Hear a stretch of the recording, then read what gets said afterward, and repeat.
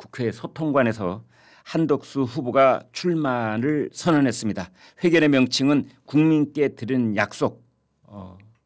출마를 선언을 했고 출마 선언한 뒤에는 처음으로 쪽박촌을 찾아가서 이제 오세훈 서울시장과 또 점심을 했다 이런 소식이 전해지고 있습니다.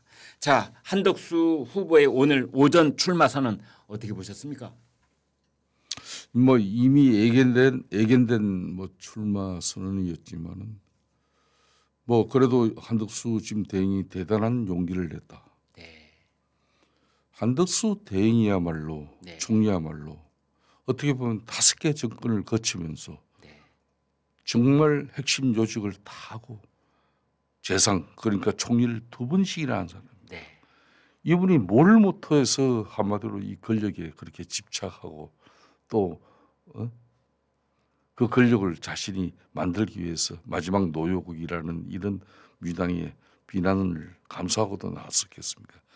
저는 한덕수 대행이 처음에는 본인의 정치적 소신과 결심이 있다면은 국민의힘 이 경선판에서 뛰어들어라. 그 말씀 누차 강조하셨어요. 초기부터. 네. 이 뭐 경선은 진흙탕 싸움이다. 이 경선판은 원래 부모 애비 자식 간에도 치르고 나면 왼수가 되는 거다. 그렇지만은 그렇게 진흙탕에서 뒹굴다 보면은 서로를 알게 되고 동지감을 갖는다. 동지애라는 게 이제 쌓이는 거다. 그게 중요한 거거든요. 윤석열 대통령을 우리가 급하게 이제 모셔는 왔지만은 이분이 동지적 그런 쉽게 말한 결속력이 없었던 겁니다. 그 경선 과정이 없었기 때문에. 그런 보수의 가치, 이념 뭐 이런 게 철학으로서 민주주의 소양이 몸속에 뿌리 내리지를 못한 거죠. 그러니까 이 대통령 권력 통치라는 것만 생각하고 쉽게 말하면 정치라는 걸 본인이 실종시켜 버렸지 않습니까? 결국은 정치가 자신을 죽여버린 거거든요. 그렇듯이 한대행은 제가 이 사람이 출마하는 이유는 딱 한 가지밖에 없다. 윤석열 대통령 초대 총리자 마지막 총리 이 3년을 하면서 이재명 특히 대표 중심의 민주당 절대 입법 권력이 이 행정부를 무력화시키는 그 과정의 비열함이라는 것은 본인이 직접 뼈저리게 겪었겠죠. 체험하고 경험하지 않고서는 저런 결심 못하는 겁니다. 본인도 이제 뭐 직무대행 조기 대선 관리하면서 엄정 중립하게 뭐 이미 윤석열 대통령 파면될 당시도 뭐 이미 헌재에서도 본인 오늘도 이야기를 했지만은 헌재에서도 윤석열 대통령의 겸 선포의 절차 뭐 그 국무회의 절차 이런 건 모두 잘못됐다. 소신 발언을 한 거 아닙니까? 그런 사람인데 왜 이분이 뭐 대통령 출마의 뜻을 가졌겠습니까? 오로지 대한민국의 민주주의에 이 자유민주주의와 법치에 그리고 애교 안보 이런 게 걱정이 되는 거죠. 그래서 양 진영 간의 이 끊임없는 이 싸움은 이제 한 3년 정도 중지하고 이 싸움이 이렇게 진영 간의 싸움이 팬덤이 돼가지고 이렇게 정말 서로를 죽이지 않고서는 견디지 못하는 그런 상황이 된 부분에 대해서는 이제 낡은 헌법 때문에 문제가 있다. 87 헌법 체제가 지금 현재 37년, 38년 됐지 않습니까? 이 헌법 가지고는 계속 제왕적 대통령 권력과 또 과도한 입법 권력을 이 대통령 권력 견제를 확실하게 해라고 과도한 입법 권력 부여해 버리니까 바로 지금 이 상황이 돼 버렸잖아요. 그 둘이 충돌할 때 해결할 방법이 없다. 지금 시스템으로는. 그러니까 과도한 이 입법 권력과 뭐 타협하지 않는 대통령 권력 이러하니까 대충돌은 국민 국가 다 불행해진 거거든. 그럼 이제 헌법 개정밖에 없다. 그래서 자신은 개헌해서 그 개헌이 이루어진 그 헌법 가지고 그 권력 구조 가지고 새로운 대통령 뽑아서 권력 이양하고 자기는 이제 물러나겠다는 거 아닙니까? 디딤돌 대통령이 돼 있다. 그래서 이제 3년이다. 그걸 천명한 거예요. 그러니까 그 기간 동안은 오로지 국민 통합. 그러니까 뭐 여도 야도 없다. 쉽게 말하면 자기는 거국 내가 하겠다 이런 거 아니겠습니까? 그러니까 이제 양 진영이 3년 동안 이렇게 자유당 시절에도 이렇게 안 싸웠어요, 솔직히. 자유당 시절도 이렇게 뭐 하기와 열기가 양 진영에는 그대로였습니다. 자, 이런 그 한덕수 후보의 오늘 개헌하겠다, 통상 해결하겠다, 국민 통합하겠다 이런 그 공약이 담긴 이제 출마 선언문을 들으면서 특히 중도층에 있는 유권자들 마음이 좀 움직였을까요? 어떻게 보십니까? 이 부분도 이제 이번 황금 연휴 기간에 다 판단이 이루어진다고 봅니다. 그러면은 네. 내일 국민의힘 선출되는 이 후보가 네. 한덕수 지금 현재 오늘 출마 선언을 했지만은 분명히 본인은 무소속 후보예요. 네. 정당도 없는 사람이에요. 네. 무소속 후보하고의 단일화를 우선 할 겁니다. 네. 그리고 이제 뭐 이준석 기획신당 후보, 뭐 이낙연 뭐 전 총리 이런 뭐 다른 당 지금 후보 이런 분들과 이제 빅텐트가 이제 성사를 꿈꾸는 거 아닙니까? 네.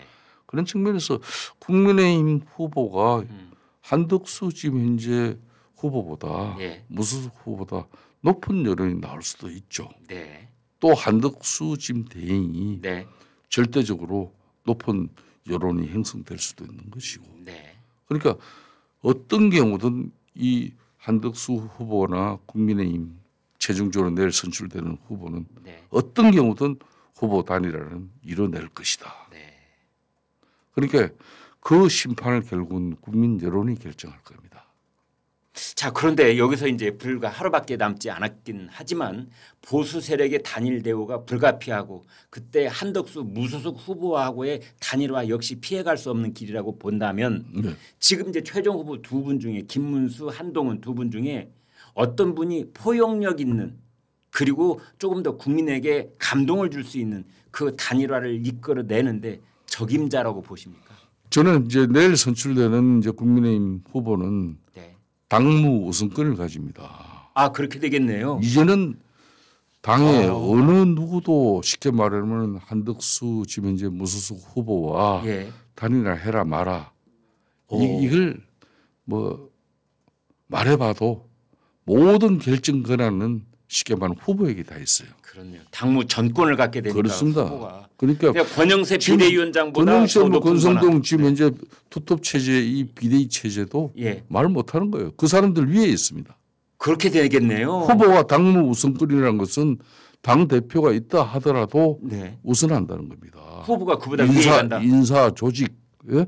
재정. 중요 결정, 재정 다 합니다. 전부 다예요. 당무 우선권이라는 거는 네. 예외적인 거 없습니다. 오. 모든 판단을 다 하는 거예요. 그걸 6월 3일까지 지속한다 이런 그렇죠. 거죠. 예. 후보의 지위로서 하는 겁니다. 그러면은 이 후보가 공식적으로 중앙선관위의 국민의힘 이번에 조기 대선 후보로는 내일 선출되는 후보가 되는 겁니다. 그렇죠. 네. 그러니까 이분이 이제 단일화 협상이라는 것도 네. 저는 탑다운 콘클라베 식으로 밖에 방식이 없다고 봐요. 아, 네. 이 탑다운 콘클라베라는 게 딴 게 아닙니다. 예. 단판 짓는 거죠. 당사자 간에 단판을 통해서. 뭘 자료로 놓고 단판을 짓는 거죠? 그러니까 이제 이게 실무적으로 들어가면요. 예. 이 단일화 협상이라는 게 정말 힘듭니다. 아, 왜 그렇습니까? 단일화 이 협상이라는 것은 네. 단일화를 할 수 있는 객관적인 그러면은 기준이란 거는 여론조사라는 이 평가 기관밖에 없는 건데 네. 네. 이 여론조사 방식이라는 것도 도입을 하더라도 예.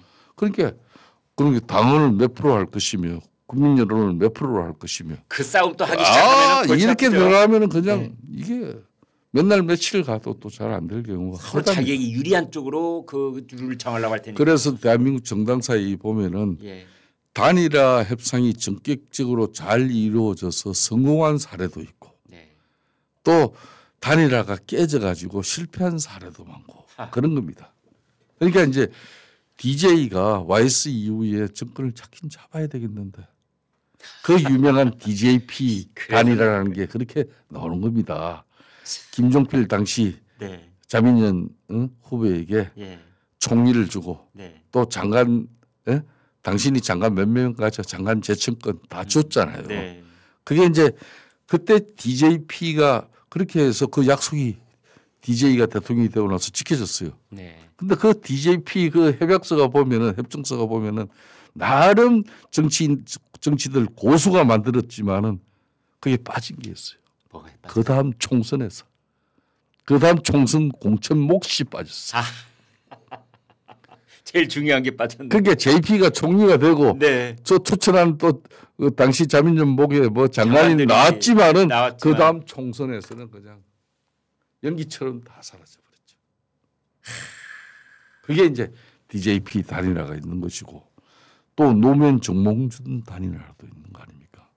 그리고 또 문재인 안철수 단일화도 있었고. 그렇네요. 네? 단일화가 꽤 있었네요. 그렇습니다. 그런데 이 단일화는 반드시 극적이어야 됩니다. 그래야 감동도 있는 거고. 네. 그래서 이 단일화 그 수많은 단일화 과정 속에서 대행들 보통 그러니까 뭐 후보들 다 핵심 참모들이 저쪽 참모하고 협상 잘해봐 처음 맡기잖아요. 네. 그거 바뀌면 맨날 며칠 밤을 새도 답이 안 나와요. 실무 책임자한테 맡기면 답이 안 나온다. 그거 이제 중간에 보스한테 들고 와서 또 허락 맡아야 되고 저쪽에서 또 고개를 좌우 흔들면 다시 처음부터 해서 시작해. 이야 이게 보통 일이 아니네요. 그래서 제가 탑다운 이 콘클라베로 이 후보와 후보 간에 담판을 통해서 결정할 수 있습니다. 그런데 김 의원님, 근데 이제 이럴 때 드는 생각은 이런 겁니다. 그래서 지금 이제 말씀하신 중에 예.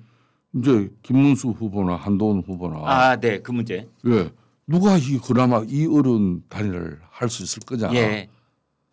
근데 모르는 사람들은 김문수 후보가 후보가 되면 국민의힘 후보가 되면 단일화가 쉬운 거 아니냐. 지금까지 저희는 그렇게 보도가 되고 있으니까. 근데 저는 그 김문수 후보를 누구보다 같이 노동운동도 한 선배고. 네, 네. 형님, 이분 참 마음 순수한 사람이에요. 예. 누가 봐도.